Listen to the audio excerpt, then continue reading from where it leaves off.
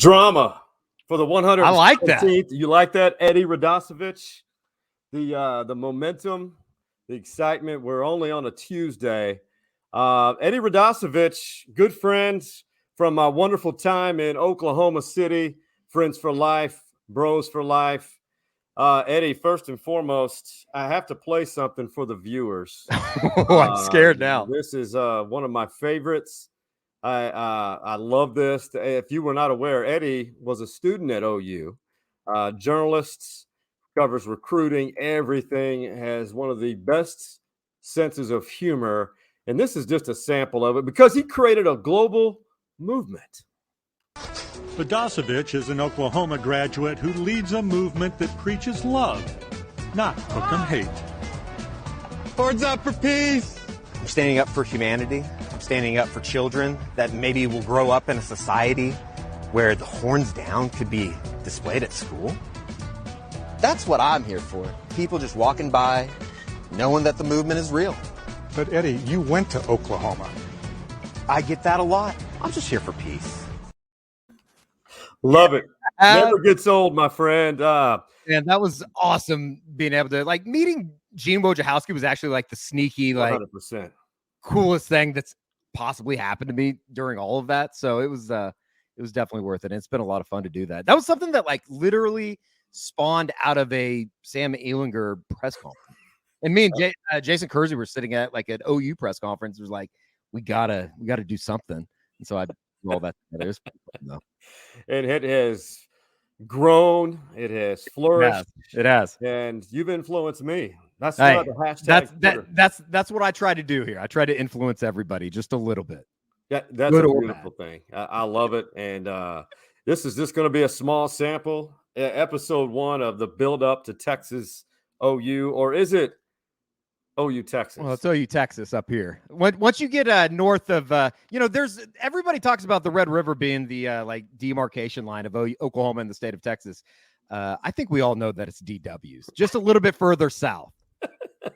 Even though the Texas, I guess, kind of claims DWs, because I guess it is technically south of the Red River. We can always share it. Well, Dallas is Norman South for the most part. Yeah, I mean, there's definitely a lot of Oklahoma alumni within the Dallas area. It's always good to get down there, and obviously with Oklahoma's success in the Big 12 championship game and stuff over the last, I guess 6 years now, it's it does feel like there is a scheduled game down there in Dallas outside of the OU Texas game. It is. And I'll do my best, Bob Stoops. I'll show you my 12 Big 12 championships as the final couple of seasons of the Big 12 dwindles down for both Texas and OU. OU, obviously, the crown jewel of the Big 12. Now, Eddie, as we track down or count down to Saturday at 11 o'clock, there has been a very strong email from you that was sent to the governor of Texas, the Governor Abbott. Hey, tell the fine folks about that. As far as I know, I don't think the barbecue bet has ever been paid. I don't know if everybody knows. It's there's always a barbecue bet between the two governors, the state of Oklahoma and the state of Texas. I don't think Governor Abbott's ever paid it. At least I haven't seen the barbecue. So I'm just asking that we respectfully get the debt paid before the game on Saturday. So we can have a clean slate. I don't want anybody to have to owe double the Pecan Lodge or whatever next time that we I guess it would have to be somewhere from Austin, wouldn't it? Or I guess we can go Pecan Lodge if he's going to be up in the DFW area. Yeah. I just want Franklin's. It doesn't matter to me. Just pay the debt that is owed to the state of Oklahoma. I'm sure the Governor Stitt would find a way to weasel his way out of it too, but we just want a clean slate before the game on Saturday. Well, there's a lot of debts owed between the two states. There's definitely a lot of that. There's for sure. Hey, I don't know how to transition from that, but this game, obviously the first meeting between Lincoln Riley and Steve Sarkisian. Yeah. What is your take on this? Because both teams are very similar in that they're having troubles on the offensive line. Sure. And, it's kind of funny, just the macro aspect of this entire game. It's I was talking to somebody from down in Austin earlier, and, Oklahoma's 5-0. And, you would think that if you looked at the message boards or you looked at Twitter or anything like that, it's like you would think Oklahoma's 1-4 right now. Yeah. And on the flip side of it, Texas is 4-1. They've kind of found some new I guess some new happiness, if you will, with Casey Thompson since everything in the debacle in Fayetteville. And it appears from the outside looking in like everybody's pretty happy with everything right now in Sark's first year. So yeah, and you look at Oklahoma's offensive line, you look at the offense overall, and we're 2 weeks removed from the offense basically being booed down in Norman, and that was kind of awkward. That was a first since 2014 that a team had really kind of come under a bunch of fire from the Oklahoma fan base, and we'll see. I think it shapes up into what should be a really good game, and I think that these teams, the cliche line of these teams could both be 0-5 going into this game. And I think there'd still be a lot of excitement, a lot of hype going into it. But I think there is a little bit of added element this year just for the fact that, both teams, there's so much on the line. I think that, this is kind of it's a good barometer game for Oklahoma as far as, is this going to be a team that, can they set up their second half of the schedule and do a real national championship run, or are they kind of what they are over the first 5 games? And that's been, there's been some good, but I think overall and what the expectations were going into 2021 for Lincoln Riley's team, it's been pretty mediocre. It's been it's underperformed, and I think that they have stayed positive within that ball in the kind of behind the gates of Oklahoma football that nobody ever gets in. And we'll see. There's a lot of, I guess, question marks going into this one for Oklahoma, just as far as, what this team is. Is it kind of Jekyll and Hyde just as far as the offense? And it's kind of weird to say that, too, because you look at like Spencer Rattler's numbers. I have him in front of me. It's like he's still leading the Big 12 in yardage passing. He's completing 76% of his passes, which I think is number 2 nationally in the country. And then a 10-4 touchdown to interception ratio, and people are acting like it's been awful or that they haven't been able to move the ball. And there's been some really weird games. The West Virginia and the Nebraska games, they only have 8 possessions the entire game. They have 3 possessions in the first half last week against Kansas State. So it's been weird. It's been really strange. Like, I don't know how many times that we've walked into the podcast studios after the game, and it's been like, what a weird game that was. Like, I have no idea what to even say about it. Yeah. But at the same time, they're 5-0, and they found a way to win in a bunch of those games. And, it's been kind of awkward, but at the same time, it's been good to get back to, kind of the normalcy of what we didn't have in 2020.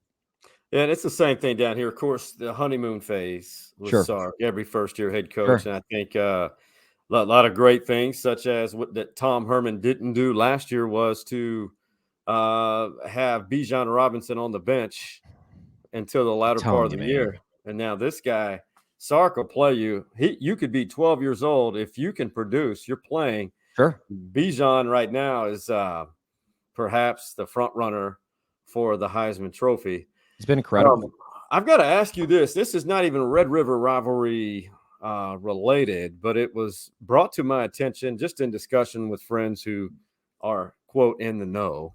And I question that sometimes, a lot, 100% of the time, that Lincoln Riley doesn't agree with the move to the SEC and may maybe look for greener pastures in the NFL because he doesn't. I don't know where that came from. Have you heard anything like that?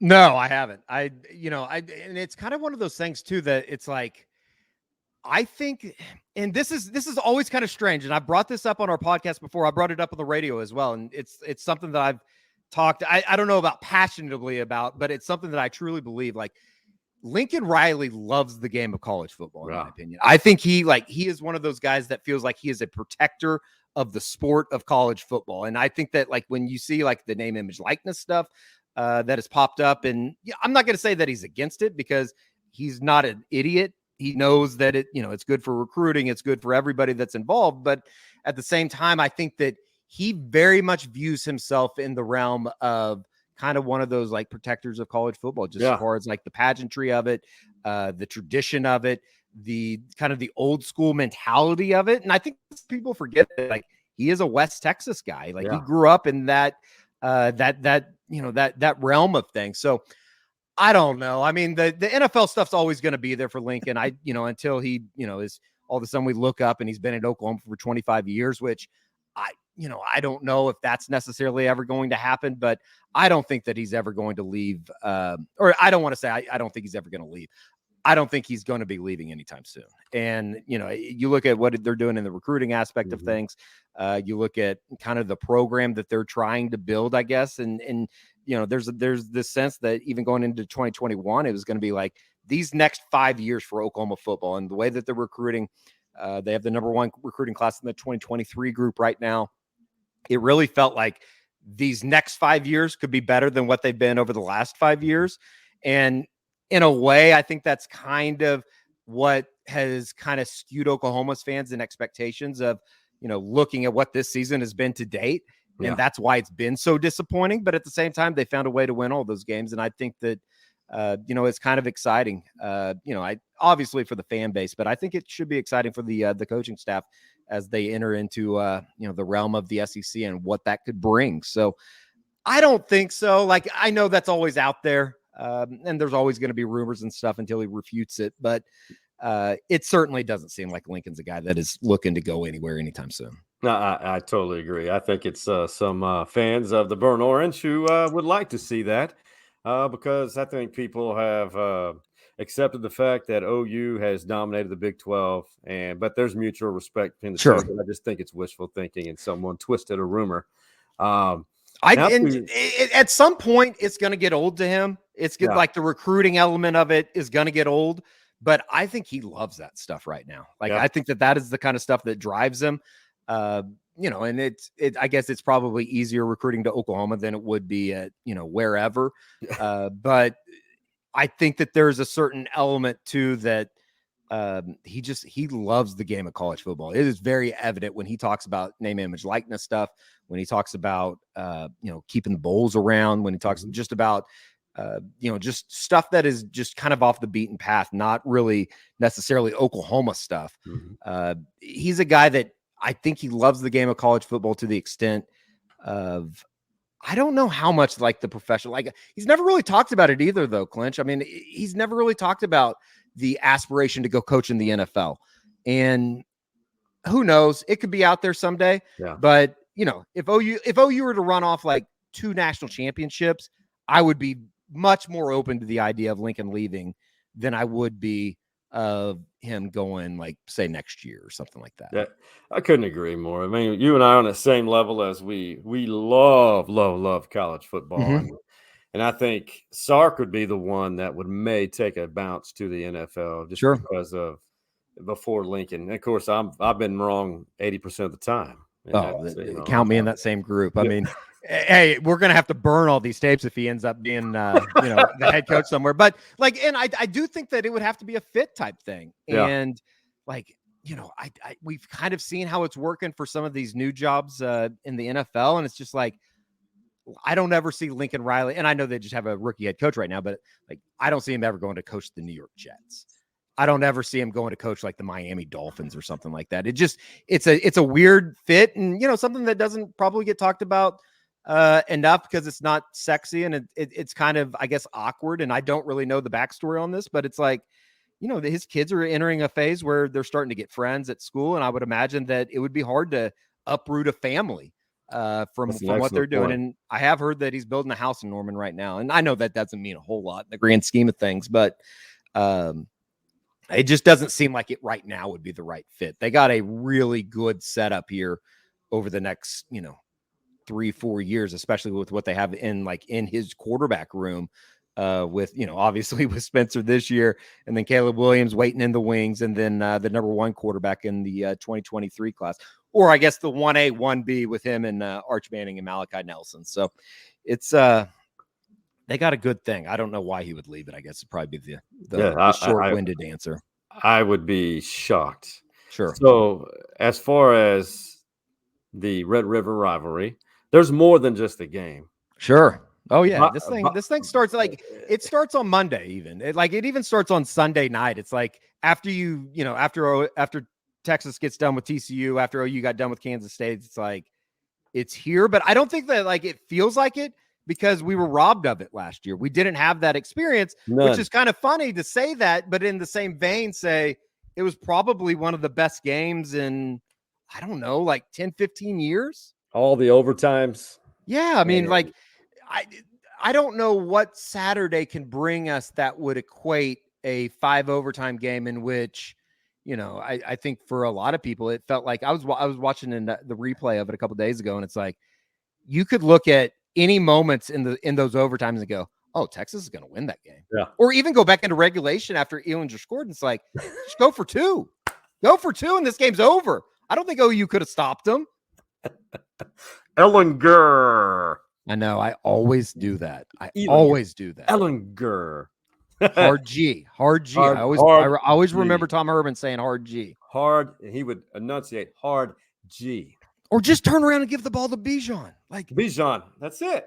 It would have been over. It would have been over. Seattle, hand the ball off to a certain running back who loves Skittles. Right. You know? Right.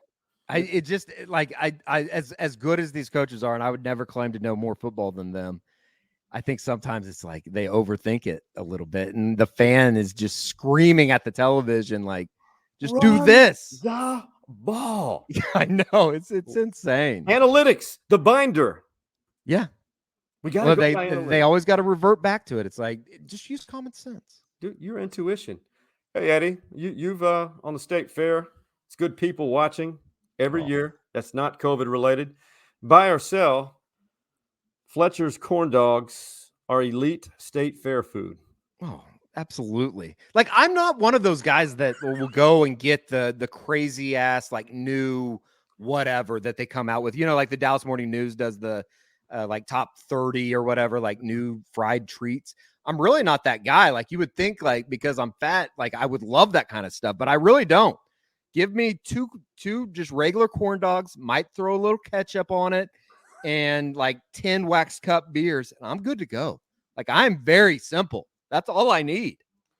Double fist. Oh yeah. Absolutely. Wax cup beers. Absolutely. They have the Fletcher's corn dogs at OU games now in the on the east side of the stadium. They have like their own stand. I haven't been over there yet, but I've heard they're, you know, what we will be expecting when we get to the fair on Saturday. I think I had a Fletcher's food trucks sighting at DKR Memorial Stadium. I think. Like outside of it? I think inside. Ooh. In the gates. Revenue stream inside. My radio partner, Todd, he claims that like Fletcher's, it's just a regular corn dog. And we've almost I've walked out of the studio before because it's not. There is something that like within the batter that makes it elite. And it is the best thing that you can possibly get at the Texas State Fair. It just 100% is. Breakfast of Champions. Which beer makes it a breakfast of champions? Usually I'll just go like it's usually whatever stand I'm at, but Bud Light or Coors Light or Budweiser, it doesn't matter to me. I'm really disappointed that just give me a domestic. Well, I think they should. Depends how many tickets I have too. Yeah, well, that's a key. Cash is not accepted except for the coupon machine. Right. I really am not. They need to have Natty Light for you. Ooh, now that would be elite. Although I will say it's like I feel like there's just some type of nectar of the gods that they do have at the Texas State Fair that like even Miller Lite, like I don't usually drink it a whole lot, but out there, put anything in that wax paper cup and I'll probably drink it. Hey, if you get a chance, if you're going to the game, when you see Eddie, horns up for peace for him. Oh, I'll be there. And you have to follow him on Twitter. I'll be down on the sidelines. Be on the sidelines with a camera in hand. He is searching for the unorthodox angles. He does good work for Soonerscoop.com. Real quick, Eddie, before we bounce out of here, because your presence, I'm in debt to you for life. The Natty Light ledger is growing for this legend here. Prediction for the game. Oh, man, I've been going back and forth on this all week. Yeah. I really I can see every I thought I was going to pick Kansas State last week against Oklahoma, and I didn't end up doing it because I'm a wussy with a different phrase. But it just I don't know, man. Like I love what Texas has done since the Arkansas game, and they looked extremely good in doing so. It seems like Oklahoma hasn't been able to get off the field on third down. I don't know. Maybe I'm just leaning more heart than head right now, but it does feel like Oklahoma made a good move last week as far as what they're doing offensively. Rattler, he was excellent. He was 22 of 25. It feels like if it comes down to Rattler or Casey Thompson, I would probably side with Rattler making more plays.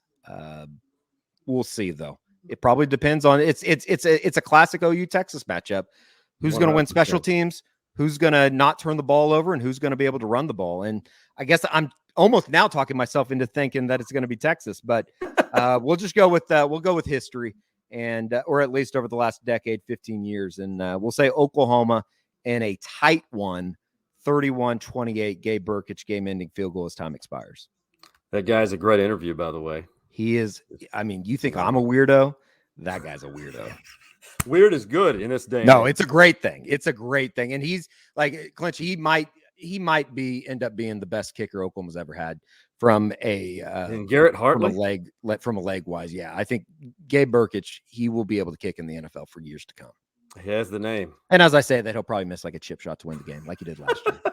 Having said that, as of today, my prediction will probably change with each episode. Oh yeah. Believe me, like whatever I say right here, it's not going to be my final prediction. I'll probably take Texas on Sooner Scoop and the radio. So just keep that in mind. As we get closer and closer to the game, I get more negative about everything. So you caught me on a good day. We just had the press conferences and stuff today. So now I'm feeling pretty good about Oklahoma's chances. By Friday, I'll completely have talked myself out of it. Yeah, so we'll publish this today, so it won't be dated. You mentioned Gabe Burkich missing an extra point. I'm going to go with Texas 27-26 because Gabe missed that extra point. There you go. And it didn't send it to overtime. You go. That's what I'm going with as of today. It should be great, man. It's going to be one of those, it's setting up at least for one of those OU Texas games that you look back and you go, yeah, that was phenomenal. And I think just the fact that it's going to be full capacity, State Fair of Texas at full go. Like there was definitely a part of me last year, watching it from Oklahoma City from home. It's like, I missed all of it. Like it's just, there's something about this weekend, whether you're driving up from Austin or whether you're driving down from Oklahoma, that, once you get into the DFW area this weekend, just second weekend of October, that's where you're supposed to be. You're supposed to be down in Dallas. And in park in somebody's front yard, and that's the icing on the cake. It's always beautiful. Just hope that car's there when you get home. Just hope it's there. Well, Eddie, this will be my first game since 1992 as a fan. Dude, I can't believe that A, it's been that long, and B, just like you've walked down the tunnel. Like there is like, it is and I've, obviously can never say that I would, have anywhere close to being able to play in the game or anything like that. But just like walking down the tunnel and knowing like the history that's in that capacity is like, I don't want to say that I've cried before, but it's an emotional experience knowing like how many people have been inside that exact tunnel, walking down that exact path onto that field. Like it's hard to explain. You and I are on the same page. I remember when for 17 years, I made a point about with 8 minutes or so before kickoff, while the players are going back up or in the locker room, to go down that tunnel. And there's a special smell in that tunnel. Yeah, there is. The smell of mildew from leaking walls. Sure. and legend. Sure. College football legends. It just, if those walls could talk, and that, no doubt, that tunnel is a thing of beauty. It's iconic almost. It's awesome when the stadium is full, and you would know this. It's like when you get there early enough and there's nobody in the stadium yet. Yeah. And you walk down the tunnel and you just kind of like take it all in, and there's nobody inside of the stadium. It's like, holy crap, this thing's a lot bigger than you think it is. And then B, it's like, holy, like this is the gravity of the moment whether it be at like 7 a.m. and your head's still pounding a little bit from Friday night. But at the same time, it's like, oh my God, like today's the day that everybody looks forward to. And then, obviously, 6 hours later and the game's in the middle of the fourth quarter or whatever. It's a special experience. And the sound of the Ferris wheel. Yeah. Oh, yeah. The fair food, the trash talking outside the gates, and then the teams. You could feel the tension. The number two to like walking down the tunnel is number one. Number two is waiting on the teams to arrive, and they come down I guess it's what is that? The midway or whatever. Yeah. And like the buses and the fans split on each side. It's just, there's truly nothing like it. There really isn't. I would love to see a night game out there. I would love to see the game played at night, wherever, but if that means eliminating the fair and if that means eliminating the Cotton Bowl, like count me out. I don't want that. I don't. Number one, I don't think it's going to happen. I don't think it will ever move to Jerry World. That's not going to happen. I'm not the biggest Jerry World guy in the entire I'm not. I'm tired of it. It's a great place. It's a spectacular venue. It's an architectural like feat. Don't get me wrong. Yeah, but it's just like I don't think that it's not the best place for college football. Oh. It's not how college football should be. Just for a bowl game. I'll take it as a bowl game. Sure. Of course, I almost cried when the Cotton Bowl left the Cotton Bowl. Yeah, no doubt. I like hearing the bands. There's like, that's probably third. That's the third list. I'll quit rambling, but no, I love your rambling. Number three. That's number three on like that 25-ish minutes before kickoff when Texas band takes the field and then Oklahoma band take the field. That thing. That's like when it hits. It's like, okay. This is it. This is countdown time. The hairs are raising on my arms when you talk like that to me. Thank you. That's won't be the last time. Won't be the last. It will not be the last.